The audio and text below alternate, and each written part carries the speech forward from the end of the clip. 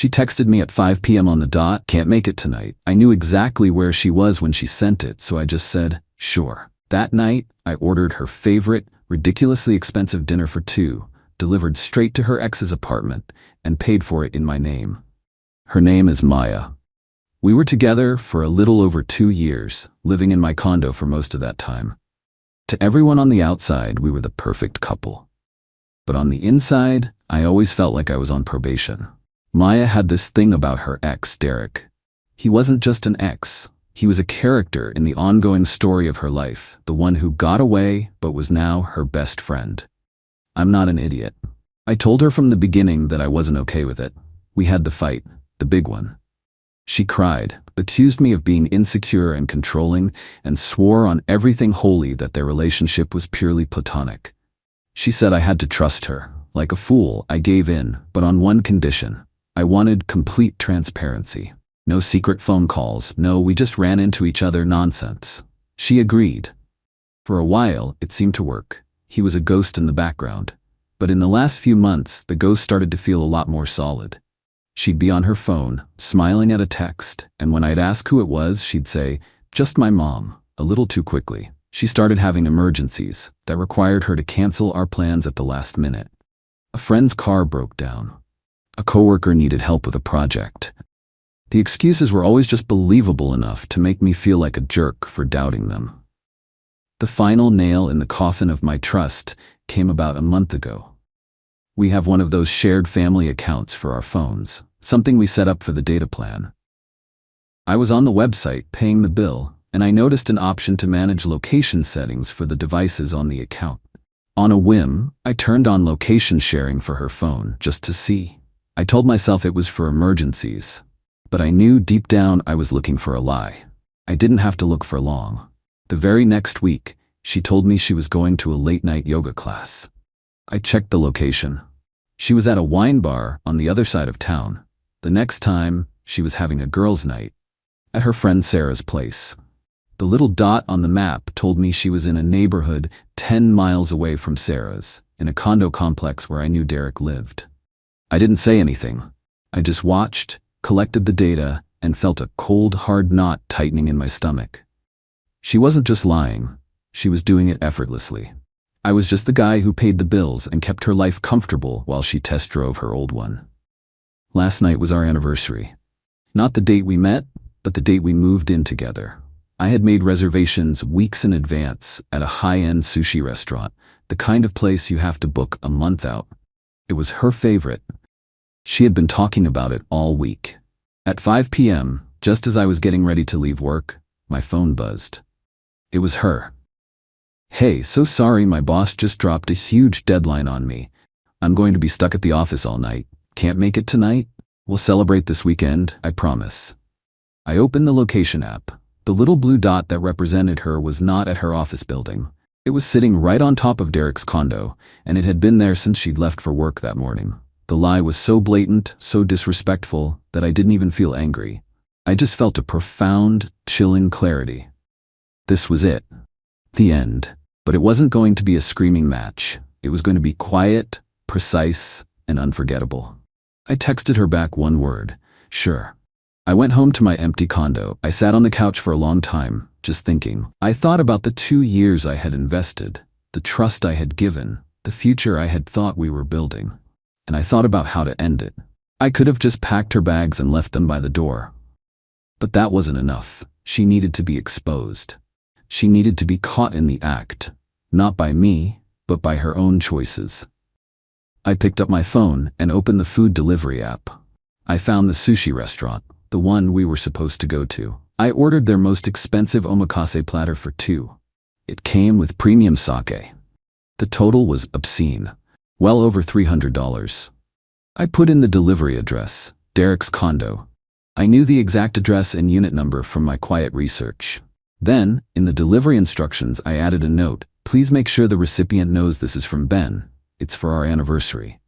I put my name, Ben, on the order and paid for it with our joint credit card, the one I knew she got notifications for. I sat back and waited. I imagined the scene. The doorbell rings. She opens it, expecting Derek's takeout. Instead, she finds a delivery guy holding a giant elaborate bag of the best sushi in the city. She's confused. Then the delivery guy reads the name off the bag. My name. The look on her face when she realized what I had done, that I knew where she was, that I had just paid for her and her ex-boyfriend's romantic anniversary dinner. That was the revenge. It wasn't loud. It was a quiet, perfectly aimed shot that would detonate her entire world. About 45 minutes later, my phone started to explode. First, a notification from the credit card app confirming the charge. Then, the calls started. First from her. I ignored it. Then from a number I didn't recognize. I ignored that too. Then a text from her. How could you? I didn't reply. Another text. You're a psycho. Are you stalking me? I still didn't reply. Then, the final, desperate barrage. We need to talk. Please answer the phone. It's not what you think. I just turned my phone on silent. I knew she'd be home eventually. The quiet condo, once a symbol of our life together, now felt like a fortress. My fortress. And she was about to find out that she was no longer welcome inside. She showed up around 11 p.m. I watched on my doorbell camera as she fumbled with her key, her hands shaking. She must have known what was coming. The door opened and she stood there, looking at me sitting on the couch. We need to talk, she said. No, we don't, I said calmly. I think the sushi said everything that needed to be said. You had no right, she screamed. You embarrassed me in front of Derek. He thinks you're a crazy, jealous monster. Does he? I asked. Or does he finally realize that the woman he's sleeping with has a live-in boyfriend who just bought them dinner? I'm sure that was an interesting conversation for you two. Her face crumpled. The anger was just a cover for her panic. It was a mistake, she whimpered, the tears starting to flow. I was confused. Derek and I, we have history. I was going to tell you. No, you weren't, I said, standing up. You were going to keep lying, keep living your double life, and keep using my home and my money as your safety net. That's over. Your things are in the spare room. They're not packed. I'm not doing that for you. You have until noon tomorrow to get every single item that belongs to you out of this condo. If it's still here, at 12:01, it's going in the dumpster. She just stared at me, her mouth hanging open. You can't just kick me out. I live here. No, you don't, I said. Your name isn't on the lease. You've been a guest here for 2 years, and you have officially overstayed your welcome. The next morning was a tense, miserable circus. She didn't have anywhere to go, so she had called her parents. They showed up around 10 a.m., and they were not happy. Her father, a big, imposing man who had always been friendly to me, looked at me with pure disdain. Her mother immediately started in on me. I cannot believe you would treat our daughter this way, she said. After everything she's done for you, turning this sterile apartment into a home. I just looked at her. With all due respect, your daughter has been lying to me and cheating on me with her ex-boyfriend for months. I just bought them a $300 anniversary dinner at his apartment last night. You should be more concerned about her choices than my reaction to them. That shut them up for a minute. They clearly hadn't gotten the full story from Maya, just the version where I was the villain. They helped her pack in a tense, angry silence. As they were loading the last box into their car, Maya's father walked up to me. You'll regret this, son, he said. She's the best thing that ever happened to you. I just shook my head. No, sir. Getting rid of her is. After they were gone, the first thing I did was go through every account I had. I closed our joint credit card. I removed her as an authorized user on my others. I changed every password to every account we had ever shared. Then I went to the bank and cleaned out our joint savings account, which was mostly my money anyway, and moved it into a new, private account. The silence that followed was a relief, but I knew it was just the calm before the storm. The storm arrived 2 days later, not from Maya, but from Derek. He showed up at my condo unannounced on a Sunday afternoon. I saw him on the doorbell camera before he even buzzed. He looked furious. I let him stew on my doorstep for a minute before I answered. We need to talk, he said, trying to push past me into my home. I blocked the doorway. No, we don't. You and I have nothing to talk about, I told him. You blew up my life, man, he said, his voice shaking with anger. You think that was funny? Sending that dinner? Do you have any idea what you've done? I have a pretty good idea of what Maya did, I shot back. And it seems like you were a part of it. That's not my problem. Not your problem, he scoffed. I have a girlfriend. A serious, live-in girlfriend of 3 years. Her name is Jessica. And guess what? She was at my apartment when your little anniversary gift showed up. She saw the note. She saw everything. I'll admit, I hadn't seen that coming. I thought Derek was just a single guy playing the field. The idea that he was in his own long-term relationship made Maya's actions even more despicable. So you're both cheaters, I said. Again, sounds like a you problem. This is your fault, he insisted, getting more agitated.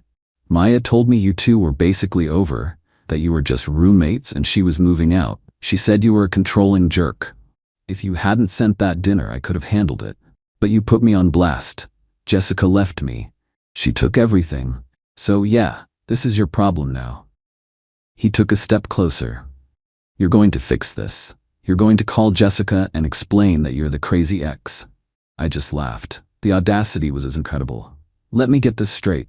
You and my ex-girlfriend were cheating on both me and your girlfriend. I exposed it, and now you want me to lie to your ex to cover your tracks? Get off my property. I started to close the door, but he put his hand out to stop it. You're going to regret this, he threatened. I didn't say a word. I just pulled out my phone and made sure he could see that I was recording him. His hand dropped from the door, and the tough guy act melted away. He just stood there for a second, deflated, then turned and stalked off. The next phase of Maya's attack was financial. A few days later, I got a fraud alert from my bank. It was for a card I had completely forgotten about, an old department store card that we had opened together to buy a couch. I was the primary account holder, but she had a card. She had tried to buy over $2,000 worth of gift cards online. The bank system flagged the unusual activity and declined it. I spent an hour on the phone with the fraud department, explaining the situation, closing the account, and filing a report. It was just another piece of evidence in my growing file against her.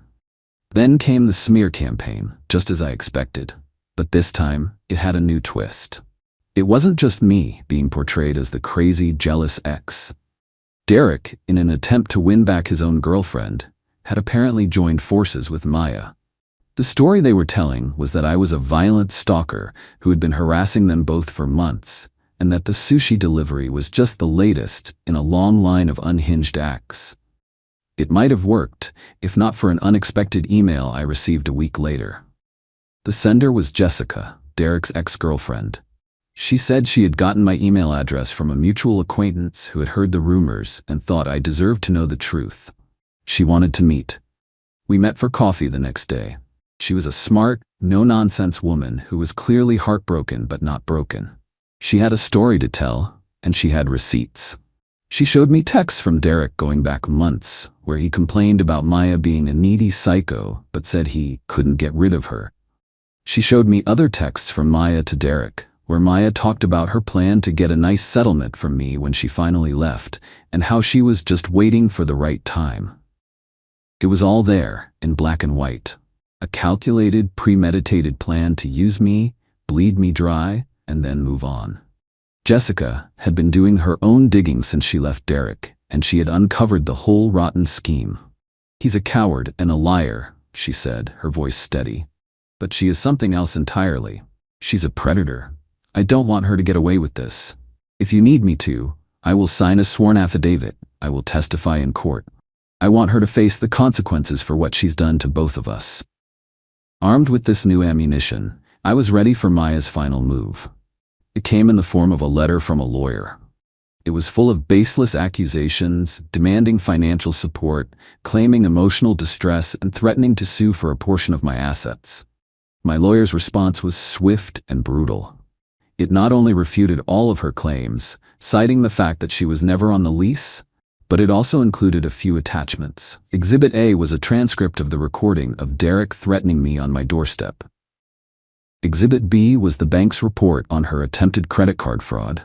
And Exhibit C was a signed, notarized affidavit from Jessica, complete with the most damning text messages from Maya, outlining her plan to extort me. The letter concluded by stating that if Maya did not immediately retract all of her claims and cease all contact, my client would be filing a multi-pronged lawsuit for harassment, defamation, and conspiracy to commit fraud, and that we would be seeking full legal costs. We never heard from her lawyer again. It's been 6 months now. The silence from Maya and her family has been absolute. I heard through the grapevine that her parents are making her pay back every cent she ever took from our joint accounts. Derek's life is a mess. Jessica, true to her word, never went back to him, and the story of his and Maya's affair made him a pariah in their social circle. Last I heard, Maya is living in a tiny apartment on the worst side of town, working a temp job and drowning in debt. She didn't just lose a boyfriend. She lost the comfortable life she took for granted, and she was exposed as the user and a fraud she truly is. She texted, "Going on a last-minute trip with my ex, don't be jealous." I replied, "Not at all." Then I packed every dress, purse, and pair of shoes she owned into boxes and dropped them at her ex's doorstep. When she came back, she finally realized home wasn't hers anymore. The text message that detonated my 3-year relationship arrived on a Thursday afternoon. It was a masterpiece of passive-aggressive audacity, a perfectly crafted little grenade of disrespect. I was in my workshop, sanding down a piece of reclaimed oak covered in sawdust. My phone buzzed on the workbench. It was from my girlfriend, Amelia. It read, "Going on a last-minute trip with my ex, don't be jealous." I just stared at it, not with anger, not with shock, but with a strange, sudden sense of calm. It was the final data point in a long equation that just wasn't adding up. Her ex, a guy named Julian, was a trust fund kid she dated in college. He was her permanent what if, the ghost she kept on a leash, texting him whenever she was bored or wanted to feel desired. I knew they were friends, but this was a new level of brazen. The don't be jealous part was the real work of art. It wasn't a request, it was a command. It was designed to put me in an impossible position. If I got angry, I was the jealous, controlling boyfriend. If I said nothing, I was a doormat who was fine with her running off with another man. She thought she had me checkmated. I wiped the sawdust from my hands, picked up the phone, and typed my reply. "Not at all." Then I added one more message. "Have a great time." I put the phone down, turned on my sander, and went back to work. The low hum of the tool was the only sound in the workshop, but in my head, the gears were turning with perfect, silent precision. She thought this was a test of my confidence, a little power play to keep me on my toes. She had no idea it was a final exam, and she had just failed with flying colors. She was going on a trip with her ex. Fine. I was just going to make sure she had everything she needed to stay there. Permanently. Update 1. It's been 72 hours since Amelia left for her last-minute trip. For her, it's probably been a whirlwind of cocktails and reminiscing with her backup plan. For me, it's been a project. And like any project I take on, I approached it with a plan, the right tools, and a focus on a clean, professional finish. After our text exchange, I didn't hear from her again. No flight details, no miss you texts, just silence. That was all the confirmation I needed. The moment I finished work on Thursday, I went back to the house, my house, and started phase 1. The first thing I did was pack, not for me, for her. I went into our bedroom and opened her closets. It was like a high-end department store had exploded. The sheer volume of stuff was insane. Designer dresses, hundreds of pairs of shoes, a collection of handbags that probably cost more than my first car. For 3 years, I had subsidized this lifestyle. I'm a carpenter. I own my own custom furniture business. I do very well, but I'm a simple guy. I thought I was providing for a partner. I realized now I had been funding a contestant in a game I wasn't even playing. I didn't just throw her stuff in trash bags. That's what an angry, emotional man would do. I'm not that man. I went out and bought 24 high-quality wardrobe boxes and packing supplies. I spent the entire night methodically and carefully packing every single thing she owned. I folded every dress. I wrapped every purse in tissue paper. I put every pair of shoes back in its original box if she'd kept it. It was a strangely calming process. It was like I was archiving a part of my life, boxing up a 3-year mistake. By Friday morning, her entire existence in my house was contained in 28 neatly labeled boxes stacked in my living room. Her half of the closet was empty. Her bathroom counter was clear. The dozens of photos of us that she'd insisted on putting everywhere were taken down and packed in a box labeled miscellaneous. The next step was logistics. Where was Julian, the ex, living these days? I had a pretty good idea. A few months ago, she had accidentally left a birthday card for him on the kitchen counter. It was addressed to a fancy new high-rise building downtown. A quick search of public property records confirmed he owned a condo on the 34th floor. Easy enough. On Friday afternoon, I rented a small moving van. I loaded all 28 boxes myself. Then I drove downtown to Julian's building. I parked in the loading zone and started unloading. The doorman, a guy in a crisp uniform, tried to stop me. "Can I help you, sir? All deliveries have to be scheduled." I gave him my most sincere, apologetic smile. "I am so sorry to do this to you," I said, pulling a $100 bill from my wallet and handing it to him. "My friend Julian's girlfriend, Amelia, is surprising him. He's out of town with her right now, and she wanted all of her things moved into his place as a romantic gesture before they got back. A bit of a move-in surprise." The doorman looked at the 100, then at me. He was probably used to the weird, impulsive drama of the rich. He just sighed and pointed me to the service elevator. "34B, don't make a mess."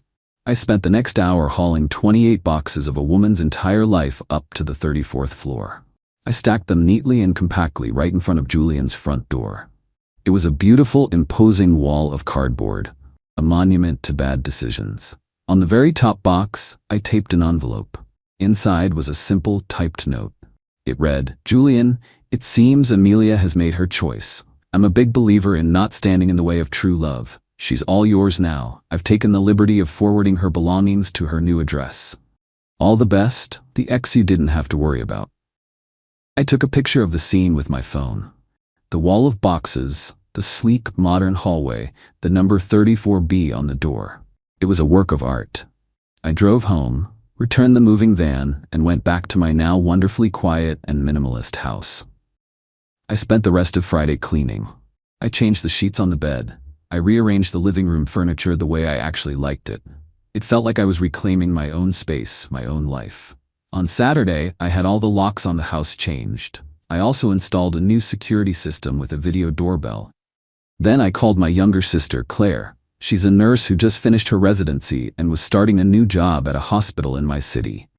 She was living in a tiny, terrible apartment an hour away, stressed about the commute and trying to save money. "Hey," I said, "I've got a proposition for you. My spare bedroom is now permanently available. Move in, live here rent-free for a year. Save your money, get on your feet. The place is yours as much as it is mine. Just help out with bills." She thought I was joking. When she realized I was serious, she broke down in tears. She came over that afternoon with a carload of her stuff. Seeing her so happy, so relieved, in the space that had so recently been a source of stress and disrespect for me, it was like a deep, clean breath of fresh air.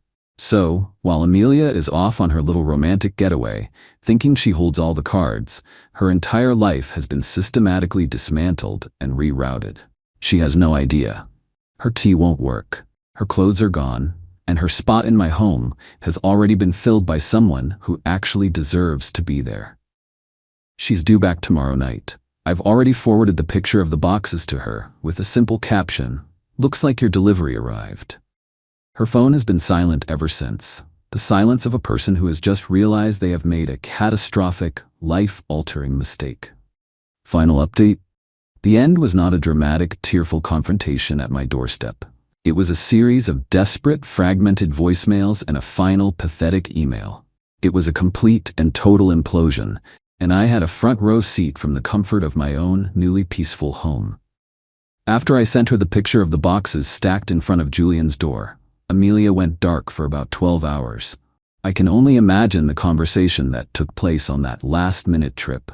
The fun, romantic getaway probably came to a screeching halt the moment she realized her ex-boyfriend had just become her new, unwilling roommate. The first voicemail came in on Sunday morning, the day she was supposed to fly back. It was her voice a frantic, high-pitched whisper. "What did you do? Call me back right now, this isn't funny." The next one came an hour later. It was from Julian. His voice was cold, clipped, and furious. "Listen, man, I don't know what kind of game you're playing, but you need to come get this stuff. Now, Amelia is a mess, and this is not my problem. I didn't call him back. It was, in fact, now his problem. I had the delivery receipt. According to a mutual friend who I later spoke to, the trip ended with Julian putting her in a cab to the airport and telling her to lose his number.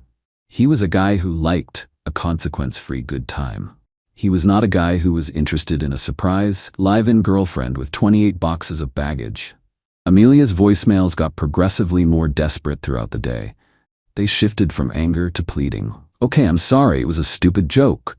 Please, just call me. I'm at the airport. Where am I supposed to go?" I didn't respond. I was busy helping my sister Claire set up her new bedroom. We ordered pizza, watched a movie. It was the most relaxed I had felt in years.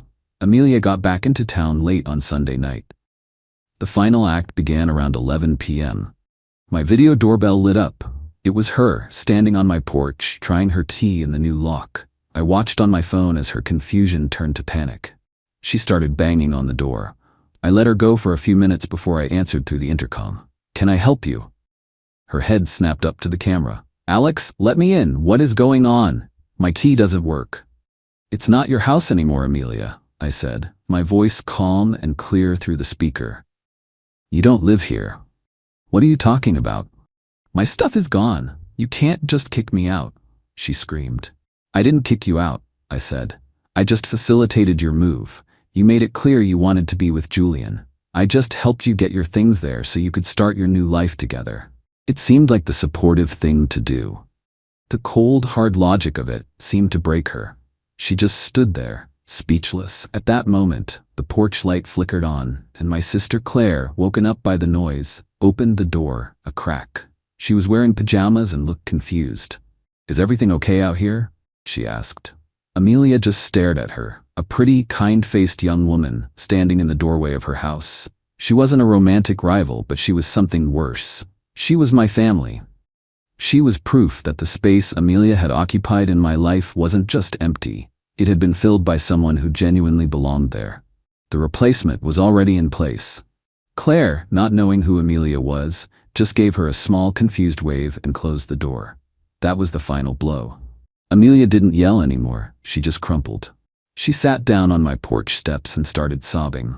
Not angry tears, the broken, hopeless tears of someone who has lost everything and knows it's their own damn fault.